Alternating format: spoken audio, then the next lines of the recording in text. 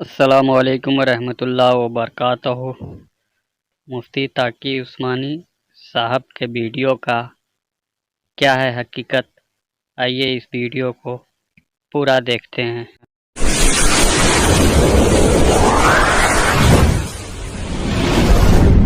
الحمد لله رب العالمين والصلاة والسلام على أشرف الأنبياء والمرسلين نبينا محمد وعلى آله وصحبه أجمعين. قال الله تعالى: يا أيها الذين آمنوا إن جاءكم فاسق بنبأ فتبينوا.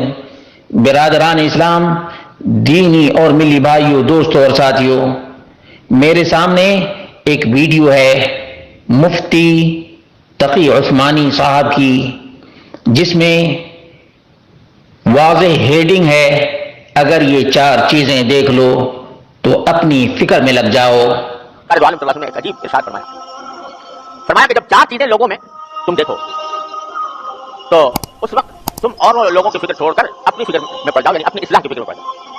کیا چار چیزیں؟ فرمایا اذا رأیت دنیا مرسلۃ، جب تم یہ دیکھو کہ لوگ دنیا کو آخرت پر ترجیح دے رہے ہیں، آخرت کی تو کوئی فکر نہیں، دنیا کا فائدہ مل جائے، آج پیسے مل جائیں، حلال طریقے سے ملے، حرام طریقے سے ملے، کسی طرح ملے، دھوکہ دے کر ملے، جھوٹ بول کر ملے، آج مل جائے مجھے، تو دنیا کو ترجیح دے رہے ہیں لوگ آخرت کے اوپر۔ اذا رأیت دنیا مرسلۃ، ایک علامت۔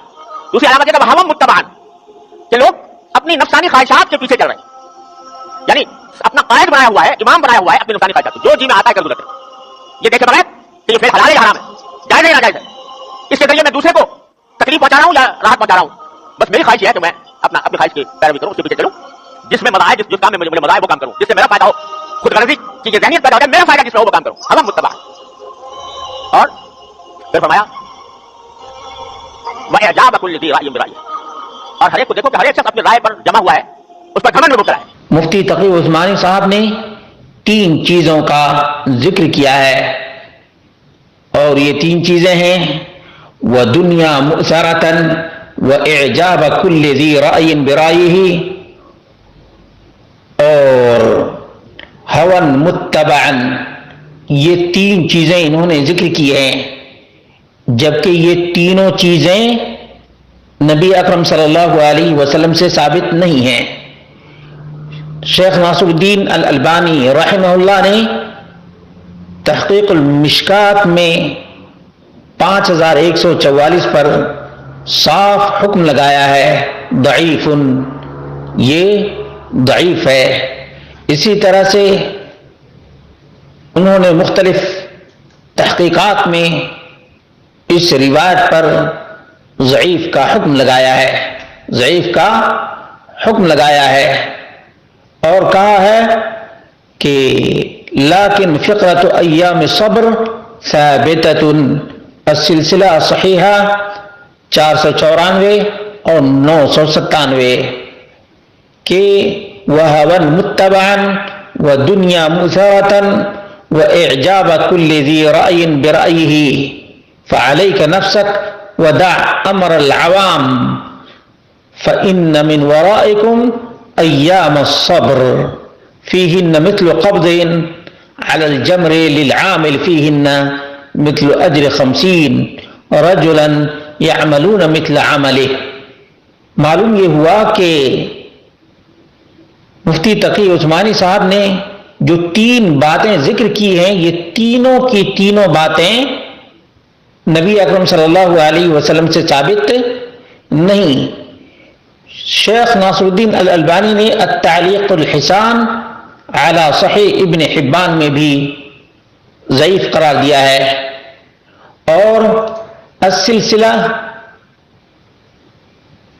الصحیحہ میں بھی اس پر گفتگو کی ہے، اور کہا ہے کہ یہ تینوں باتیں یا چار باتیں ہیں، وہ شحن مطاعن کا انہوں نے ذکر نہیں کیا ہے، یہ باتیں نبی اکرم صلی اللہ علیہ وسلم سے ثابت نہیں ہیں۔ سلسلہ ضعیفہ کے اندر بھی انہوں نے ذکر کیا ہے اور کہا ہے کہ یہ ضعیف ہے، یہ کیا ہے؟ ضعیف۔ بل ائتمروا بالمعروف وتناهوا عن المنکر حتى اذا رأيت شحا مطاعا وهوى متبعا وإعجاب كل ذي رأي برأيه فعليك بنفسك ودع عنك العوام. ضعيف سلسلہ الضعیف والموضوع وأثرها السيء في الأمة جلد نمبر 3 اور صفحہ نمبر 94 اور روایت نمبر ہے 1025. یاد رکھیں یہ فن حدیث ہے. فن حدیث اگر عمل میں لایا جائے تو بہت سے خرافات کا اور بہت سی وہ چیزیں جو نبی اکرم صلی اللہ علیہ وسلم سے ثابت نہیں ہیں ان کے بارے میں جانکاری اور معلومات ہو سکتی ہے. اس لیے یاد رکھیں یہ چیزیں معمولی نہیں اور نہ انہیں معمولی سمجھنی چاہیے، بلکہ جو چیز نبی اکرم صلی اللہ علیہ وسلم سے ثابت نہ ہو اسے ہرگز نبی اکرم صلی اللہ علیہ وسلم سے منسوب نہیں کرنا چاہیے. محدثین نے اسی طرح سے روات کے بارے میں، روایات کے بارے میں اور متون کے بارے میں کلام کیا ہے اور واضح کر دیا ہے. یہاں دیکھ لیجئے ضعیف الجامع الصغیر وزیادتہ، اس میں بھی 2344 نمبر پر شیخ ناصر الدین الالبانی نے اس روایت پر ضعیف کا حکم لگایا ہے.